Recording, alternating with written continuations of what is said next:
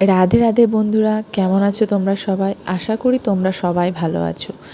আর তোমাদের সকলকে জানাই আমার তরফ থেকে শুভ জন্মাষ্টমীর অনেক অনেক শুভেচ্ছা।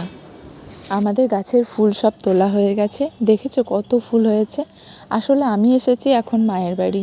আমার ঠাম্মি যেহেতু রিসেন্ট মারা গেছে, তাই মা বলল আমার গোপালটাকে একটু পুজো দিয়ে যাবি। তাই মায়ের বাড়ি চলে এসেছি গোপাল পুজো করার জন্য। আচ্ছা, তোমরা কে কে জন্মাষ্টমী করেছো আমাকে অবশ্যই কমেন্টে জানাবে। আর আমার গোপু সোনাকে দেখতে কেমন লাগছে নতুন জামাতে, সেটাও জানাবে। আর এই যে গোপালটা দেখছো, এই গোপালটা আমার ঠাম্মি কিন্তু আমাকে এনে দিয়েছিল বৃন্দাবন থেকে। তখন আমি খুব ছোট, ঠাম্মি হাতে করে এনে দিয়ে বলেছিল, এনে তোর গোপাল, তুই পুজো করবি। আমি যখন বিয়ে হয়নি তখন আমি এই গোপালটায় পুজো করতাম। এখন শ্বশুরবাড়িতে গেছি, তাও প্রতি বছর আমি আসি, এসে পুজো করি। আর আমার ছেলে দিকে ঢোল বাজাতে লেগেছে, আমি পুজো করছি।